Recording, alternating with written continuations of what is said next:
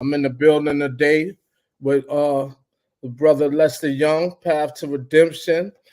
Um, my partner, he may come in a little later, but right now I just want to speak with you and That's what's up. see just talk with you, man, conversate and see how things are going with you because my producer, we seen you on LinkedIn and we seen your story, a Yeah, little bit of your story, and that took my interest right away with seeing the way you move and yeah. your positive path in life.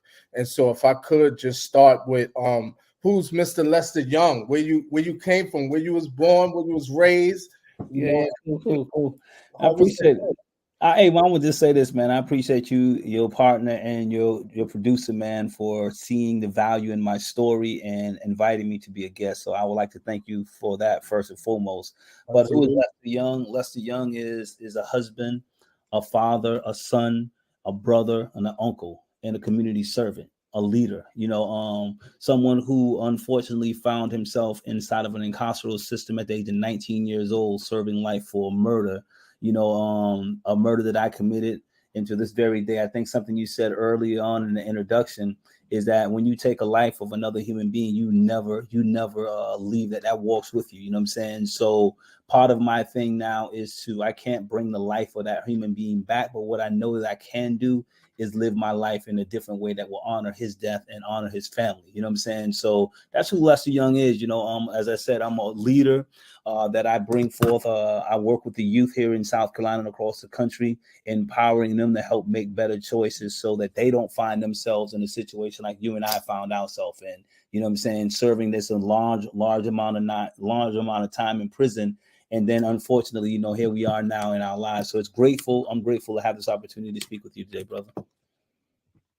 Absolutely, and the pleasure is all ours, man. Just having you here with us today. Mm-hmm. So if I could Mm-hmm. um just ask where you was from and how your Oh, upbringing was when you were I'm young. from I'm from I'm from South Carolina. I'm from Hilton Head, South Carolina.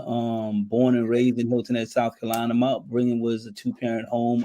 Just had some experience. Just growing up, I lost my mother when I was 16 years old, which I truly say that was the thing that really altered my path.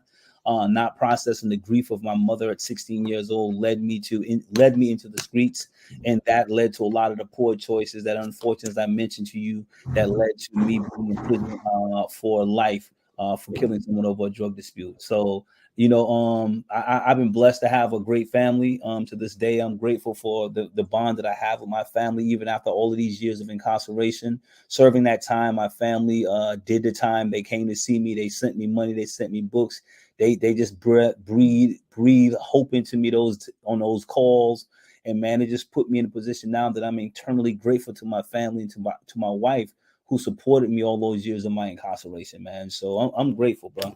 Absolutely, absolutely. So what I do want to ask is Hmm. I always talk about this with individuals such as yourself, like Yeah. formerly incarcerated, that's home and doing something for the community.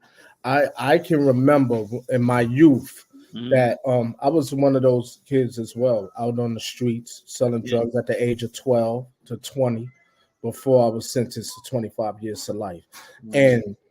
And I remember those positive influences, those it wasn't a lot of them, but there was some that came out.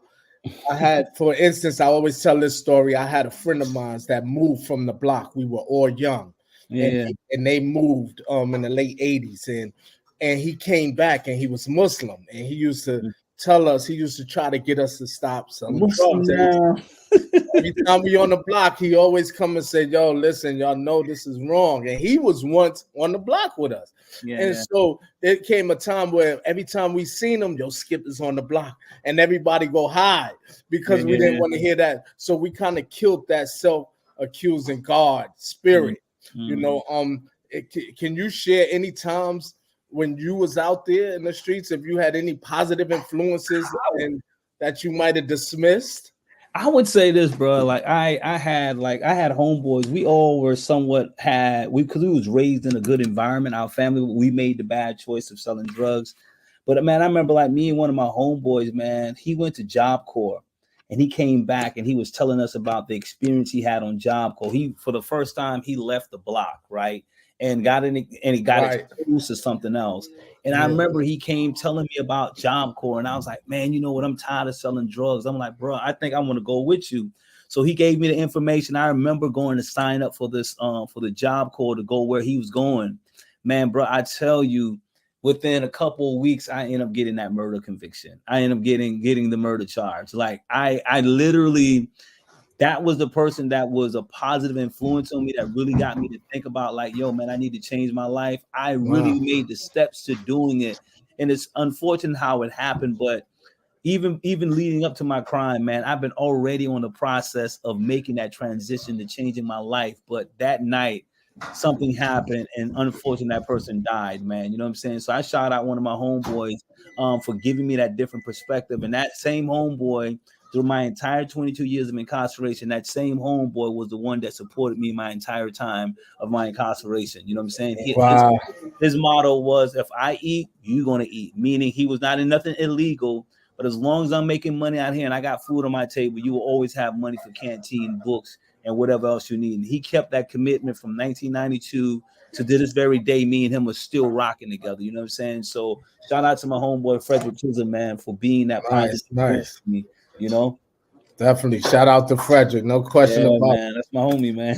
that's the blessing. That's the blessing right there. That Yeah. You even don't under know. the unfortunate circumstances. And you don't find homeboys that rock with you the entire time of your incarceration. We knew each other from the streets, and then from there, me and this guy, we got even. And unfortunately, he came to prison too, but he came to prison for like a little short period of time. But in that, he transformed his life. You know what I'm saying? So he, at this point, when he came into the prison, I'd already done changed my life. And he was like, bro, you done changed your life. I'm about to step this game up even more. And he changed his life as well, man. And we both became Muslims. And in that process, man, we lived out the Islamic faith inside of prison. Even to when he got out, he still maintained. I'm still maintaining my faith after incarceration as Absolutely. well, right? So it's just been a bond that we had from that block. That day we thought about going to Job Corps. A couple weeks later, I found myself in prison in the county for murder, but I couldn't go to Job Corps. I had the opportunity to go to, unfortunately, went to prison. But in that, I found so much redemption and found a sense of peace in that transformation I really was yearning for on that block, man. Absolutely. And so, talking about change in prison, the transformation that you went through. Can you speak to our audience on just that first day of you going in prison, Oh, yeah. receiving all that time?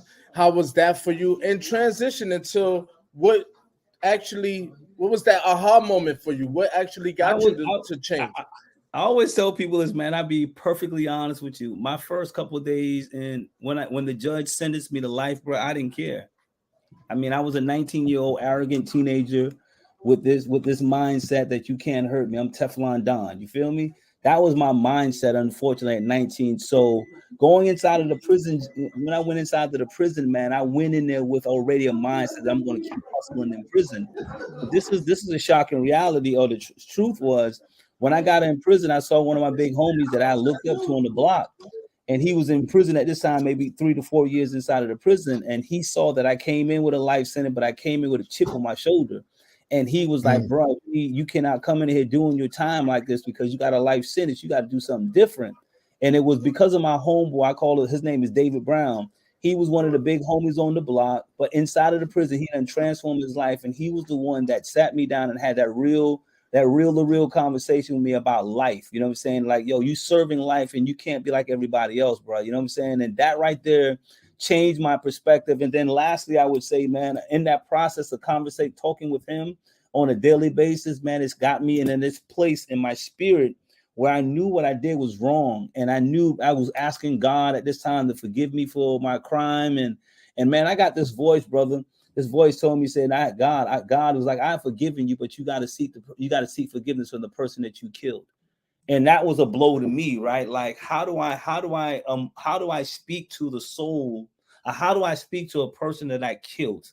And in that process, God told me just speak to his spirit.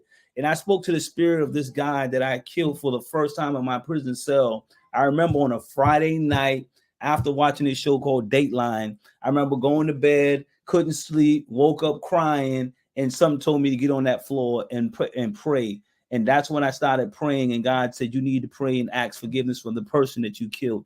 And when I did that, my brother, when I got on my knees in the fetus position on that cold cell floor and called this person's name out and asked them to forgive me, man, I immediately felt like a ton of bricks was removed off of my heart and out of my spirit. That gave me a level of freedom to move differently. And I remember in that night, I told this person, I said, because you have forgiven me, I will live my life in a manner that will honor your life for the rest of my life. And I will live a life of redemption. This is where my organization, Path to Redemption, comes from, is from that night in that prison cell, making amends with the person that I killed, speaking to his spirit and trying to find a way to make peace with it. And from that, here I am today, still living this path to redemption, but most importantly, striving to honor the life that I took. I cannot bring his life back, but what I can do is honor it by preventing another young person from pulling the trigger and taking another human being's life.